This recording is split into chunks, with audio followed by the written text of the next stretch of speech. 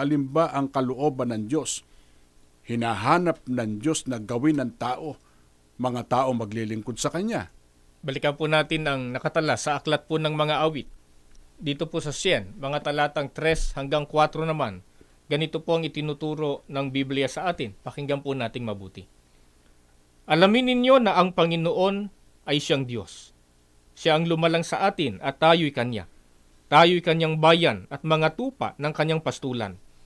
Magsipasok kayo sa Kanyang mga pintuang daan na may pagpapasalamat at sa Kanyang looban na may pagpupuri. Magpasalamat kayo sa Kanya at purihin ninyo ang Kanyang pangalan.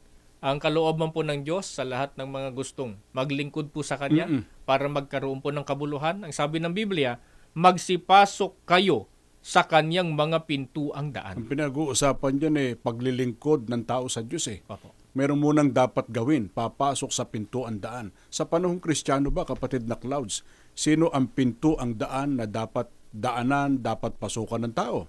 Pakinggan po natin, dito po sa Juan, sa Gis, ang talata po ay 7. Ganito po ang mababasa natin. Kaya't muling sinabi ni Jesus, tandaan ninyo, ako ang pintuang dinaraanan ng mga tupa. Ayon pa mismo sa ating Panginoong Hesukristo, siya po ang pintuan na dinaraanan po ng mga tupa. Kaya ang pintuang daan sa panahong Kristiyano dapat daanan, dapat pasukan ay ang ating Panginoong Hesukristo.